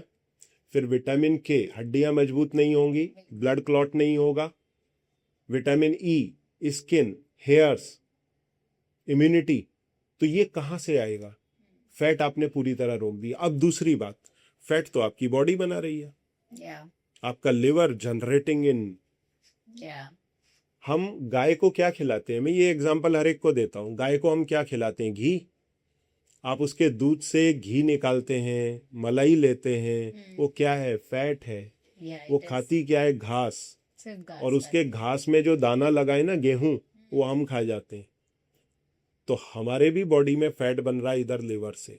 तो लिवर बना रहा है, ट्राइग्लिसराइड के रूप में चेंज कर रहा है, और आपका हार्ट ब्लॉक हो रहा है, ब्रेन ब्लॉक हो रहा है। और आप क्या बोल रहे हो? तेल घी खाना मत। तो वो तो शुगर से कन्वर्ट हो जाएगा। गाय का, भैंस का, उससे तो आप अपना वजन कंपेयर ही नहीं कर सकते। उसका इतना वजन क्यों है? उसके दूध में इतना सारा फैट कहां से आ रहा है? कन्वर्जन हो रहा है। मूंगफली का पेड़ का एग्जाम्पल लो, 50% फैट। किसी किसान ने जाकर के पेड़ के अंदर घी तेल चढ़ाया क्या? पानी दे रहा है। पेड़ अपने आप जनरेट कर रहा है ना फैट को। तो ह्यूमन बॉडी के अंदर लिवर लगा हुआ है। देखो, this is rescue mechanism. Rescue mechanism क्या है? ब्लड में ग्लूकोज ना बढ़े। अभी सपोज करो इधर ये 2 कप रखें, मैंने इधर रख दिया शक्कर का घोल, आपने रख दिया तेल का ऑयल। कल सुबह आके देखेंगे कीड़े उस पे मिलेंगे, इस पे मिलेंगे, शक्कर के घोल पे। बॉडी के अंदर अगर ब्लड ग्लूकोज बढ़ा तो क्या होगा? Bacterial infection, viral infection, fungal infection. ठीक है, वो वाले कीड़े इधर अंदर नहीं घुस सकते क्योंकि एंट्री बंद है। पर bacterial, viral and fungal infection तो खुले हुए हैं, और कोविड में आप लोगों ने देखा भी। तो बॉडी चाहती है कि ब्लड के अंदर शुगर 100 के ऊपर ना जाए। तो उसने ऐसा सिस्टम डिजाइन किया है, पेनक्रियाज पहले इंसुलिन बनाएगा, इस शुगर को सेल में डाल देगा। अगर इससे नहीं संभलेगा तो लिवर एक्सिस को खींच करके उसका ट्राइग्लिसराइड बना देगा। अब ये दोनों मैकेनिज्म जब डायबिटीज के केस में फेल होते हैं, जिस दिन डायबिटीज होता है उस दिन किडनी तीसरी रेस्क्यूअर है। वो क्या करती है? शुगर को यूरिन में फेंकती है धड़ाधड़। तो पेशेंट का वेट लॉस होने लगता है क्योंकि बॉडी का फैट यूज होना चालू हो जाता है। तो बॉडी के 3 रेस्क्यूइंग मैकेनिज्म है। वो तीनों रेस्क्यूइंग मैकेनिज्म आपको सेव करने की कोशिश करते हैं, पर हम क्या कर रहे हैं, कार्ब रिच डाइट लेके पूरे सिस्टम को चैलेंज कर रहे हैं। एब्सोल्युटली तो दैट वी शुड स्टॉप। तो हमारे डाइट के अंदर फैट सफिशिएंट होना चाहिए, जितना चाहिए जो नॉर्म्स हैं उसके हिसाब से। प्रोटीन सफिशिएंट होना चाहिए, कार्ब्स की क्वांटिटी ठीक ठाक होनी चाहिए। फिर चौथी गलती क्या करते हैं, फाइबर डेफिशिएंट डाइट है तो फिर आपको कॉन्स्टिपेशन होगा। तो ये सारे प्रॉब्लम्स हैं। और डायबिटीज सबसे बड़ी गलती, जो सबसे बड़ा मिथ है, वो क्या है, diabetes is a chronic progressive illness. ये लोगों के दिमाग से निकल जाना चाहिए। Diabetes is not Not A a chronic progressive illness. This can be treated very well. This can be controlled by lifestyle and diet, and this can be done remission and even reversal. ये बात का debate हो सकता है कि कौन reverse कर पाएगा, कौन रेमिशन नहीं तक कर जाएगा, कौन खाली कंट्रोल पर रुक जाएगा। और मैं मेरे प्रोग्राम में जिस भी पेशेंट को लेता हूं उसको इस बात की क्लैरिटी देता हूं कि आप रिवर्सल तक जा सकते हो। मेरा गाइडेंस परफेक्ट रहेगा, आपकी बॉडी रेस्पॉन्ड करेगी 100%, क्योंकि वो सारे Absolutely. पैरामीटर्स चेक कर लेता हूँ। अब आपकी इच्छा शक्ति है तो कर सकते हो, नहीं है तो फिर नहीं कर सकते। एब्सोल्युटली तो ये सारे मिथ जो है ना, पांचों, निकल जाना चाहिए लोगों के दिमाग से। It is very important, I Right. believe, because now when I'm listening to you, hmm, lot of things even we like, we don't follow it. मतलब हम लोग को भी ऐसे ही लगता है कि नहीं यार, कार में चलो ये खा लेते हैं, ये right, खा लेते हैं, right. ये खाते हैं। So munching is something which is very, easy for Addictive people भी to है। yeah, it is very addictive. It Addictive. is very addictive. अभी आजकल मैं बहुत ज्यादा ट्रेंड देख रही हूँ सर, ओमेड डाइट का, Right. 1 meal a day. सो कई लोग फॉलो करना शुरू हो चुका है। जैसे पहले एवरी ईयर कोई नया डाइट आता है, राइट, एवरी ईयर कुछ नया आता है, लोग फॉलो करना शुरू कर देते हैं ब्लाइंडली। उसके बारे में आप क्या कहना मैं चाहते 3 हैं? साल से ओमिड पे हूँ। मैं एक ही मील लेता हूँ, कोई प्रॉब्लम नहीं है। बिल्कुल। क्यों? पहले मेरा वजन था 95, उसके पहले था 105। तो 105 से तो मैंने कम कर लिया था 3 मील्स पर। नहीं, उस समय भी मैंने ओमिट किया था, पर अननोइंगली किया था। मैं बात कर रहा हूँ 2005-2010 वो पीरियड की। तब मैं डायबिटीज़ में था ही नहीं, तब तो मैं ऑर्थोपेडिक ही था। तो बाकी के पर उस समय भी मैंने ये देखा। अब जब मैं रियलाइज़ करता हूँ तो मालूम पड़ता है कि मैं तब भी ओमिट करता था। तो ओमिड का मतलब क्या है, अब जैसे पेशेंट है, मॉर्निंग की शुगर है 140, उसने ब्रेकफास्ट स्किप किया, दोपहर में उसकी शुगर लेवल आ गई 100, वजन उसका पहले से ही 10 किलो, 20 किलो, 25 किलो बढ़ा हुआ है। अब बॉडी को अगर एनर्जी की और ज़रूरत है, ब्लड ग्लूकोज लेवल 140, 150 से घट के 90 आ गया, तो बॉडी अपने आप फैट यूज़ कर लेगी, स्टोरेज में है। जब आपका ब्लड ग्लूकोज लेवल घटता है तो इंसुलिन का लेवल भी घटता है। जब इंसुलिन घटेगा तो फैट फ्री फ्लो में बाहर आएगा यूटिलाइजेशन के लिए, उससे कीटोन्स जनरेट होंगे और कीटोन्स आपको एनर्जी देंगे। अब आ गए आप दोपहर में, सपोज करिए आपने दोपहर में भी नहीं खाया, रात को सीधा खाया, तो क्या होगा, आपका वजन घटता चला जाएगा। अब ओमेड में जाना किसको चाहिए, जो ओबीज है। जो स्लिम ट्रिम है उसको जाने की ज़रूरत ही नहीं। मेरे प्रोग्राम्स में भी जो लोग स्लिम ट्रिम है उनको 4 मील दिए जाते हैं, breakfast, lunch, dinner, evening snacks.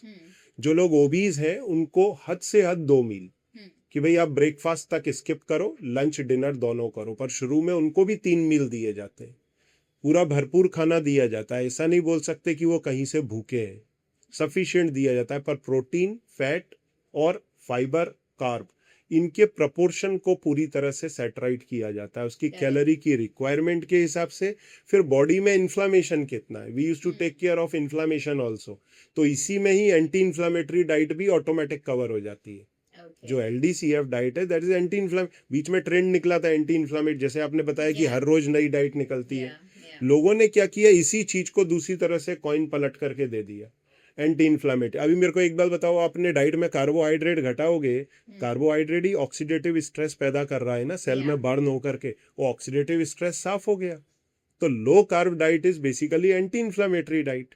फिर आप पैकेज्ड फूड बंद कर दोगे जो आपके बॉडी में इन्फ्लामेशन कर रहे हैं, तो automatically this is anti inflammatory diet.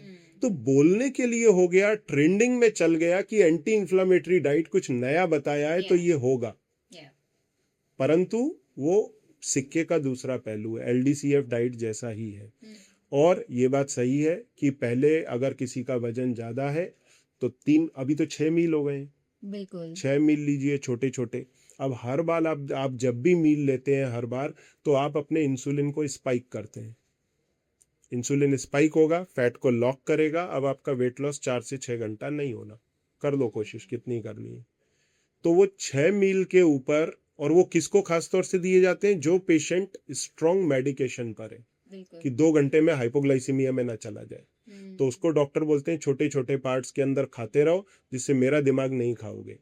नहीं तो आपने अगर लंबा गैप ले लिया 4-6 घंटे का, तो मेरे को फोन आ जाएगा पेशेंट हाइपोग्लाइसीमिया में चला गया। या करेक्ट तो 6 मील दे देते हैं उसको, कई डाइटिशियंस 6 मील दे देते हैं। अब वो मील में क्या देंगे, 1 बिस्किट खाओ, 2 बिस्किट खाओ। या अरे उसकी जो आदत है वो थोड़ा अनपार्लियामेंट्री है, उसकी आदत है राक्षस जैसा खाने की। एग्जैक्टली टाइप 2 डायबिटिक कौन होता है, जो फूडी है। या तो वो 2 बिस्किट पर रुकने वाला है, वो बिस्किट का पैकेट खाएगा पूरा।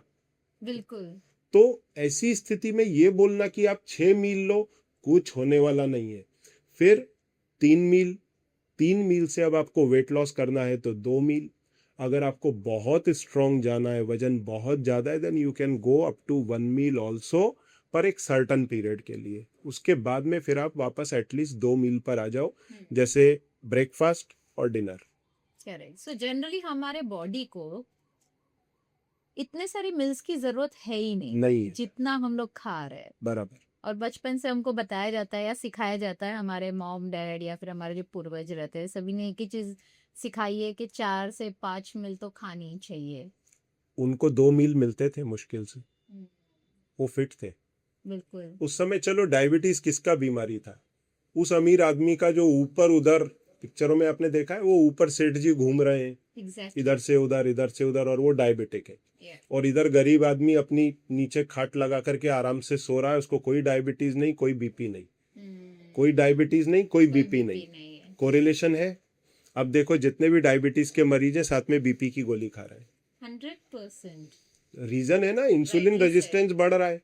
तो वो किडनी से जाकर के पूरा सोडियम वापस ले आएगा कि भाई इसको किधर जाने दें, इसको अंदर लाओ। आपके ब्लड में वॉल्यूम बढ़ गया, तो बिल्कुल वॉल्यूम बढ़ेगा, बीपी आ जाएगा, हार्मोनल चेंजेस होंगे, आपकी खून की नलियां सिकुड़ जाएंगी, इंसुलिन रेजिस्टेंस बढ़ेगा। उसके बाद में ट्राइग्लिसराइड जाके जगह जगह पर जम रहा है, तो खून की नलियां पतली हो रही हैं, तो बीपी आने वाला है। बिल्कुल तो बीपी इवन पहले आ जाता है, डायबिटीज बाद में आता है। कई बार डायबिटीज के बाद बीपी आता है, जैसे आपने कहा कि ये 12 से 13 डिजीज होती है, उसके बाद डायबिटीज बाद आती में है डायबिटीज आती है। And sometimes we don't even realize कि हमको पहले ये भी आ है, सकती है। या हमको ये डोंट, है। पेशेंट से मैं पूछता हूँ, मेरा कंसल्टेशन में पहला कॉल यही होता है क्या क्या प्रॉब्लम है। तो पेशेंट मालूम है कितना बोलता है, सर डायबिटीज है। किसी को थायराइड होगा तो बोलेंगे थायराइड है, किसी को बीपी होगा तो बोलेगा नहीं तो नहीं। वजन कितना है, 125 किलो। फिर उसको पूछना पड़ता है फैटी लीवर नहीं है, सर है तो सही पर चेक बहुत समय पहले कभी किया था। चेक ही नहीं करा। रात में खराटे मारते हो, बोलता है। फिर अपने वाइफ की तरफ ऐसा देखता है, बोलता हूँ यार इधर आवाज आता है रात में तुम्हारे सोते समय। तो फिर हंसने लगते हैं, बोलते सर खराटे तो आते हैं, दैट इज स्लीप एपनिया। कुछ समय में डॉक्टर बोलेगा सीपैप मशीन लगाओ, ये तुम्हारे हलक से खींच के लाएगी हवा को और फिर ठूसेगी अंदर। मैं ये वर्ड यूज कर रहा हूँ। मैं कभी कुछ समय पहले एक रजिस्ट्रेशन के लिए गया था विरार। वहाँ एक आदमी, रजिस्ट्रेशन ऑफिस में होता है ना लंबी क्यू और तमाम सारे टेबल्स लगे, उधर एक आदमी लिटरली ऐसा बैठा हुआ है, ही इज इन वेटिंग, बार बार सो रहा है बैठे बैठे, और लोग उसको देख के हंस रहे हैं। मैंने कहा किसी भी दिन निपट जाएगा। क्योंकि होता क्या है कि हवा बाहर नहीं आ रहा, आप सो गए, आपकी ट्रेकिया कोलैप्स हो रही है, फैट कोलैप्स हो रहा है, जगह बचाए कम, ऑक्सीजन CO2 बाहर जा नहीं रही, O2 अंदर आ नहीं रही, तो उसकी सांस रुक जाती है कुछ समय तक। तो ब्रेन को सिग्नल जाता है कि CO2 बहुत बड़ी मात्रा के अंदर इकट्ठी हो गई है, भाई जाग जा नहीं तो निकल लेगा। तो ब्रेन उसको उठाता है और फिर वो उठ करके बैठ जाता है, सांस नहीं आ रही तो भाई विंडो खोलो, ये खोलो, वो खोलो, वेंटिलेशन प्रॉपर करो। फिर थोड़ी देर सोता है, फिर उसके बाद में जाग जाता है। That is called typical sleep apnoea, और उसके अंदर इंसान की इवन डेथ हो जाती है। वो उसी के अंदर CO2 बढ़ने के कारण उधर ही निकल लेता है बेचारा। तो डॉक्टर उसको क्या बोलते हैं, सीपैप मशीन लगाओ। जैसा आपने शुरू में बोला ना, हम टुकड़ों में ट्रीटमेंट दे रहे हैं, अब यहीं अगर डॉक्टर बता दे भाई तुम्हारे मोटापे के कारण है, अपना खाना ठीक करो, नहीं तो डायबिटीज भी होगा, बीपी भी होगा और ये सब होगा लाइन से, तो फिर पेशेंट कॉशियसली अगर उसको खा पी के ही जाना है तो उसका मर्जी, पर उसको ये मालूम है कि मैं कर क्या रहा हूँ। Exactly. So in short, we are the reason for Right. our own health problems. True. Very true. And eventually it will lead to some dangerous issues Very in your true. body, which Very is very uncalled for.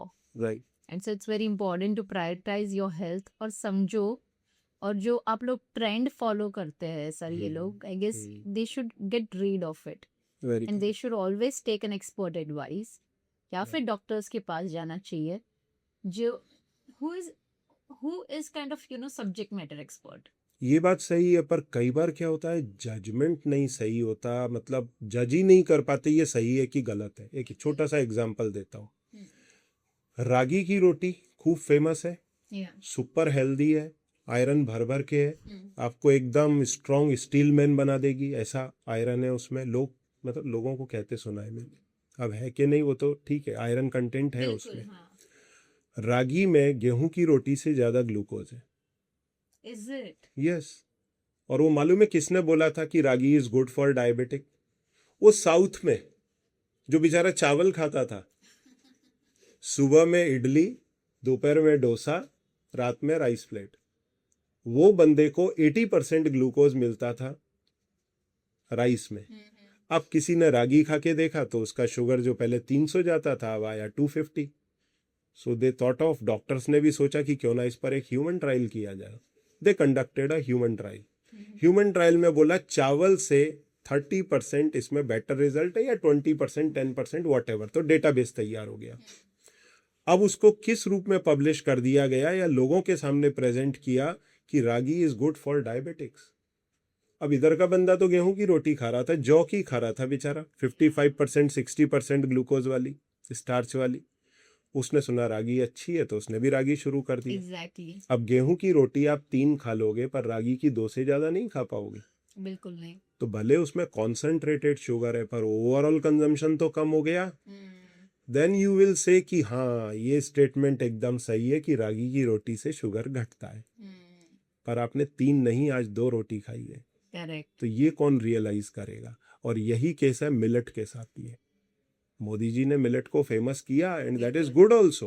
अगर एक normal individual है तो उसके लिए उन्होंने बहुत सही किया, हमारे किसानों के लिए सही किया, लोग डायबिटिक ना हो उसके लिए सही किया, बहुत मेहनत किया। पर डायबिटीज के मरीज क्या सोच बैठे हैं कि मेरे लिए भी मिलेट उतना ही अच्छा है। अच्छा है, यस। और मिलेट में भी 55% मीन्स आपके शक्कर से ज्यादा ग्लूकोज है उसमें। बिल्कुल। तो ये आपकी डायबिटीज रिवर्स तो नहीं करेगा, वो तो भूल जाओ, रेमिजन तक भी आप नहीं जा पाओगे। हाँ, थोड़ा कंट्रोल मिल सकता है। सो किसी को ऑलरेडी बहुत बहुत सालों से डायबिटीज है, से 20-30 सालों से या फिर 40 सालों से, क्या उनका डायबिटीज भी रिवर्स हो सकता है? होता है, पर सिलेक्टिव होता है। जितना नया डायबिटीज है उतने आपके पॉसिबिलिटीज स्ट्रांग है, जितना पुराना डायबिटीज है उतना आपका धीरे धीरे पॉसिबिलिटीज कम होता है। अभी मैंने कुछ दिन पहले इंटरव्यू डाला है, मिस्टर दिनेश करके हैं, दिनेश सिंह आई थिंक। उनकी डायबिटीज 2005 या 9 में हुई थी, मैं एग्जैक्ट तो ध्यान नहीं कर पा रहा हूँ, पर 15-17 साल हो गए। 2023-24 में उन्होंने रिवर्स किया, वजन उनका था 110 किलो, वजन घटा के लाई 70 के आसपास, और विद इन 6 मंथ उन्होंने रिवर्स कर लिया। वाह। 2 साल बाद मैंने री इंटरव्यू किया with entire database, liver function, kidney function, lipid profile, thyroid function, diabetes के पैरामीटर, ऑलमोस्ट ऑल ओके, पर थोड़ा सा उनका इंसुलिन रेजिस्टेंस बढ़ना शुरू हुआ 2 साल बाद। तो उनको ये बात मेरे री इंटरव्यू में रियलाइज हुई, तो उन्होंने कहा कि I will take care of it. Insulin resistance कैसा? प्री डायबिटीज होने से पहले की स्टेज, मैं डायबिटीज की बात नहीं कर रहा, प्री डायबिटीज के पहले की स्टेज। तो उस स्टेज में ही मैंने उनको बताया कि again you are heading towards, so you just take care of it. So ये रिवर्स होने के बाद भी वापस शूट अप हो सकता है if we don't take good care of it. देखो, मॉडरेशन में आप जा सकते हैं, पर जिस हालत में पहले थे, जिसमें डायबिटीज हुआ, उसमें जाएंगे तो वजन भी बढ़ेगा, डायबिटीज भी आएगा। क्योंकि देखिए, अगर किसी बंदे का वजन 80 kg है, मैंने लास्ट मेरा एक पॉडकास्ट हुआ था उसमें मेरे से यही क्वेश्चन पूछा कि डॉक्टर अगर मान लीजिए कम हो गया तो वापस। तो मैंने उनको बोला आपका वजन कितना? उनका वजन था 80 kg, he was slim fit, 6 foot height. मैंने कहा सपोज करो आपने उल्टा सीधा आज से खाना चालू किया और आपका वेट हो गया 100 kg, क्या आप इसको घटा के 80 ला सकते हैं? वो बोले बिल्कुल ला सकते हैं। मैंने कहा चलो मैं गाइड करूंगा, 80 आ गया। अब वापस आपने वही पहले वाली गड़बड़ शुरू की, तो क्या वापस 100 नहीं होगा? बोले बिल्कुल हो जाएगा। तो मैंने कहा यही डायबिटीज में है। तो आपको मैं एक्सट्रीम राइट में लेके आ रहा हूं, आप एक्सट्रीम लेफ्ट में गए हुए थे तो डायबिटिक हो गए। अब जब रिवर्स हो गई है तो आपको बीच का रास्ता पकड़ना है। आपको आपके लिमिटेशंस मालूम है, you have to go accordingly. Very rightly sir, so it's important कि आप उसको जो भी आपने चेंजेस किए अपने लाइफ स्टाइल में या फिर जो भी आप चीजें खा रहे हो वो आपको कंटिन्यूटी में रखनी है, बराबर। अदरवाइज इट कैन शूट नहीं उतना भी नहीं, जैसे जो लोग रिवर्स करते हैं उनके कार्ब कंटेंट जो है 100 ग्राम के हम अंदर ले आते हैं, फिर इसके बाद में ये बढ़ा करके अप टू 150 ग्राम तक जा सकते हैं। But if suppose they are taking carbs 200, 300, 400, then again they are going to be. आप उसको मॉडरेशन में रखिए तो लाइफ टाइम डायबिटिक नहीं होंगे। सो डॉक्टर साहब, आज कोई 50 साल के जो पेशेंट है वो डायबिटिक है, उसको सुबह उठ के कौन सी ऐसी 3 चीजें करनी चाहिए जो उसके लिए बहुत ज्यादा फायदेमंद हो सकती है? देखो सबसे पहला तो ये है कि 30 to 40 मिनट का इधर एक्सरसाइज और योगा, अगर ये दोनों नहीं कर सकते तो सिंपल वॉक, ये सबसे पहले करना चाहिए। दूसरा, उठने के पहले 7 से 8 घंटे का नींद। तो पहला नींद जरूरी है, 7 से 8 घंटा ले। अच्छी डीप स्लीप होनी चाहिए, वो वाली नहीं जो ओबीस पर्सन की है, वो नहीं। क्योंकि अगर स्लीप प्रॉपर नहीं होगा ना, इंसुलिन रेजिस्टेंस बढ़ेगा, फिर मॉर्निंग का शुगर बढ़ा हुआ आएगा। दूसरा, उसको एक्सरसाइज करना चाहिए मॉर्निंग में, या फिर कई बार अपने कन्वीनियंस के हिसाब से, पर दिन में एक बार करना चाहिए। फिर तीसरा, जो वो अपना ब्रेकफास्ट ले रहा है उसके अंदर उसको न्यूट्रिशन रिच ब्रेकफास्ट लेना चाहिए, कार्ब रिच नहीं। हम पोहा खा रहे हैं, that is carb rich. Fruits are nutrition rich और उसमें कार्ब भी बड़ी मात्रा में। आप फ्रूट लो पर मॉडरेशन में लो, उसके साथ में दूसरी चीजें भी लो, प्रोटीन लो, फैट लो। तो low carb, sufficient protein, sufficient fat with nutrition, ये ब्रेकफास्ट में होना चाहिए। तो ये 3 चीजों का उसको सुबह ही ध्यान रखना है। तो जैसे आपने कहा आपको वॉक करना चाहिए, तो सिर्फ वॉकिंग काफी है या फिर उनको स्ट्रेंथ ट्रेनिंग पे भी फोकस करना चाहिए? तो अब देखिए कैसा है, कई बार लोग जिम जाने में कतराते हैं, जिम के पैसे भर दिए, जा ही नहीं रहे। तो सबसे बेस्ट क्या है कि आप वॉक कर दो, क्योंकि आपके बॉडी का जो 15% मसल मास है वो आपके पैरों में है। तो अगर आपका ये मसल मास सेव रहता है तो बहुत बड़ी मात्रा में throughout day you are consuming glucose. ऐसा नहीं है कि आप जिस समय चल रहे हैं उसी समय वो ग्लूकोज कंज्यूम हो रहा है। अगर आपका मसल मास मेंटेन है, बढ़ रहा है, प्रोटीन रिच डाइट है, मसल अच्छी हो रही हैं, तो कंटिन्यूअस थ्रू आउट डे जो है वो कार्बोहाइड्रेट कंज्यूम होता रहेगा। तो बेहतर है कि आप जिम करें, रेजिस्टेंस एक्सरसाइज करें, मसल मास बिल्ड करें। वो नहीं कर सकते तो फुल बॉडी योगा करें, वो भी नहीं कर सकते तो एटलीस्ट वॉक करें, साइकिलिंग करें, 40 मिनट का सेशन रखें। Lovely. Thank you so much, sir. We had a wonderful conversation. We are heading towards our last segment, that is rapid fire round. Okay. So whatever I'm going to ask you, you need to answer in one word. Are we ready for it? Yeah, sure. All right then.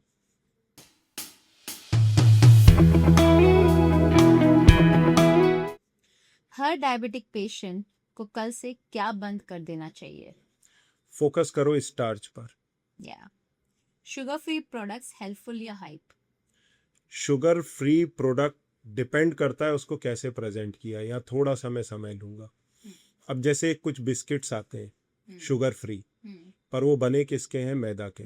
मैदा में 70% glucose generating capacity है, बिल्कुल। तो वो तो hype ही हो गया। अब दूसरी तरफ शुगर फ्री है, स्वीटनर से, एल्यूलोस नेचुरल है, मॉन्क फ्रूट नेचुरल है, स्टीविया नेचुरल है। तो एक तरफ वो शुगर फ्री में जाएंगे तो इट इज बेटर। मैं ये तो नहीं बोलूंगा कि एकदम एक्सट्रीम है, परंतु हेल्दियर है, अच्छे हैं। पर वहीं आप शुगर फ्री के अंदर जाके ट्रैप हो गए मारी बिस्किट में, तो वहां आप फंस जाएंगे। तो दिस डिपेंड्स। मारी बिस्किट्स का I don't remember exactly name of the company, एक कोई कंपनी बिस्किट्स बनाती थी, कुकीज़ वगैरह भी और बिस्किट्स भी। 4 या 5 साल पहले मैंने उस पर वीडियो बनाया था, पर उनके ब्रांड को फोकस नहीं किया था। पर जब स्टडी किया तो उनका लिटरली उनकी वेबसाइट में एक पेज था, डायबिटीज़ फ्रेंडली बिस्किट्स, और उसमें Yeah. मारी बिस्किट का और तरह Yeah. तरह के बिस्किट्स का जिक्र था। Okay. तो मैंने उनका नाम लिए बगैर जब इस चीज़ को हाईलाइट किया, फिर सेकंड वीडियो बनाया 1 साल बाद, तब मैंने सोचा कि शायद मेरे को वापस से वो पेज दिखे। अब वो पेज चेंज होकर के ओट्स बिस्किट के अंदर आ गया, it is diabetes friendly. Yeah. Oats biscuit में अब ओट्स कुकीज के अंदर भी उनके 55% ग्लूकोज है। Then how this is diabetes friendly? It is not friendly. It is तो not. टेक्निकल चीज उन सब लोगों को पता है, पर वो लोग माल बेचने के लिए करते हैं। तो हाइप भी है, पर कई जगह पर जो शुगर फ्री प्रोडक्ट है वो जेन्युइन भी है। So you have to be that much intelligent और अवेयर ऑफ कि आप उसका सिलेक्शन ठीक से कर पाए। Very rightly said. So doctor साहब, सबसे underrated health habit? Health habit में जहाँ तक सवाल है, एक तो अगर हम फूड में देखें, क्योंकि फूड भी उससे जुड़ा Yeah, it हुआ है is कहीं ना related. कहीं। अब जैसे घी है, उसको अंडररेटेड करके रखा है। Yeah. अब कई सारी ऐसी और फूड में चीज़ें आ रही, जैसे एडमा में है, अंडररेटेड है, वो कायदे से काफ़ी हेल्दी फूड के अंदर आता है। अब जहाँ तक हैबिट्स का सवाल है, तो योगा अभी भी अंडररेटेड Yeah, है। it is. Yoga is much much better, जो उसको अंडरस्टैंड किया है और उसको समझना बाकी है। हम अपने स्लीप साइकिल्स को अंडररेट करते हैं, स्लीप हेल्दी नहीं लेते, सही नहीं लेते, अपने फूड को ठीक से नहीं समझ पाते। तो ये कई सारी चीज़ें हैं जो अंडररेटेड है, लोगों को नॉलेज से ही इम्प्रूवमेंट आए। Absolutely. सबसे dangerous food myth? Diabetes reverse नहीं हो सकता, that is a Very chronic right. Progressive illness. तो Very rightly said. और क्यों सबसे डेंजरस है? क्योंकि इससे करीब 24 बीमारियां जुड़ी हुई हैं। बिल्कुल आप एक नहीं, 24 बीमारियों को साथ लेकर के चल रहे हैं। correct. So thank you so much, sir. We had a wonderful most welcome. conversation. One last message you wish to give to all the viewers who are watching this podcast today, Right. who are maybe going through any kind of diseases, Right. which are basically a family of diabetes, Mm-hmm. or people who are surrounded by Right. them. If they are going through any kind of disease, what would you like to say to them? See, I would like to say prevention is better than cure. Cure. India में करीब 10 crore diabetes के patient हैं। जैसा मैंने शुरू में ही बताया, 17 crore patient हैं चाइना में डायबिटीज़ के। अब हमारी पॉपुलेशन सबसे बड़ी है, नेक्स्ट डायबिटीज़ कैपिटल बनने की तरफ हम हेड कर रहे हैं। Prevention is better. अगर हम फूड के बारे में ज़्यादा जानेंगे, that will be much better. मेरा तो कहना है बच्चों के कैरिकुलम के अंदर डाल देना चाहिए पूरा फूड को। उनके Very बचपन rightly से said. ट्रेनिंग होनी चाहिए कि उनको कार्ब, प्रोटीन, फैट, फाइबर किस परसेंट में लेना है, क्या उनके लिए हेल्दी है, बचपन से ट्रेनिंग होना चाहिए। नहीं तो ये सिलसिला 20 साल के बाद में बच्चे के जेब के अंदर पैसा आया और फिर उसकी जो हालत होती है डाइट की, और उसके जो मार्कर्स हैं ब्लड टेस्ट के अंदर उनकी, वो देखने लायक है। इतनी पैथेटिक हो जाती है It is. कि उसके कारण उसकी लाइफ पूरी डिस्टर्ब होती है।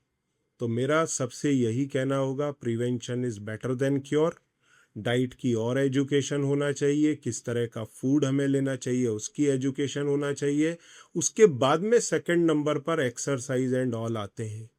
तो लाइफ स्टाइल इम्पॉर्टेंट है, पर साथ में पहले आपका फूड इम्पॉर्टेंट है। Yeah, everything is related to Yeah, food. related to food. Things that you eat Very basically. So अगर किसी को भी आपकी प्रोग्राम या फिर आपका कंसल्टेशन आपसे जुड़ना हो तो किस तरीके से वो कर सकते हैं? यूजुअली जितने भी मेरे वीडियोस वगैरह रहते हैं या फिर जो एडवर्टीज भी रहते हैं, उनके अंदर मेरा नंबर रहता है।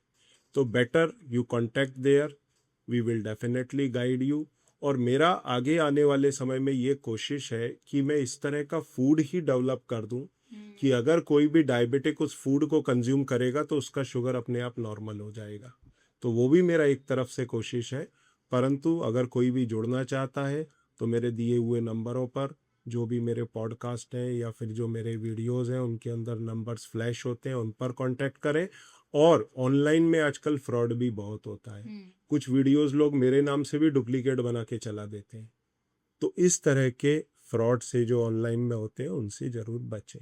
सर डॉक्टर सर, ये पूरा सेशन बहुत ही ज़्यादा इंफॉर्मेटिव रहा है। इंफॉर्मेशन से ज़्यादा मुझे खुद को बहुत ज़्यादा आज नॉलेज मिली है कि हर एक डिजीज कितनी डेंजरस है या फिर कहाँ तक आपको लैंड कर सकती है, और every disease is somewhere related, very true, right? Very आपने बहुत सारे पेशेंट्स को रिवर्स डायबिटीज रिवर्स की है Right. Already, right. राइट? अगर कोई आपके साथ जुड़ना चाहेगा तो कैसे जुड़ सकते हैं? That is very easy. Long live life की साइट है, साइट के थ्रू कम्युनिकेट कर सकते हैं और उस पर नंबर फ्लैश होते हैं मेरे ऑफिस के, उसके थ्रू कर सकते हैं।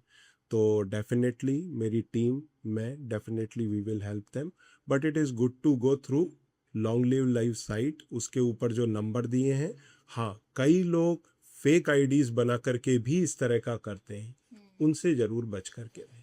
Thank you so much sir once again. आज की सबसे बड़ी लर्निंग ये थी कि डायबिटीज सिर्फ ब्लड शुगर या नंबर नहीं है, ये लाइफस्टाइल, मेटाबॉलिज्म, स्लीप, स्ट्रेस और पूरी बॉडी की कहानी है। और सबसे इम्पोर्टेंट बात होप है। अगर रूट कॉज को समझा जाए और सही गाइडेंस मिले तो हेल्थ को ट्रांसफॉर्म किया जा सकता है। अगर आपके घर में कोई डायबिटीज, ओबेसिटी, न्यूरोपैथी या आर्थराइटिस से जूझ रहे हैं तो ये एपिसोड उन तक जरूर पहुंचाइएगा। डॉक्टर संजीव जी, आपका बहुत बहुत धन्यवाद। मैं हूं निराली Pandya, signing off for today. एक सोच, one idea that changed your life.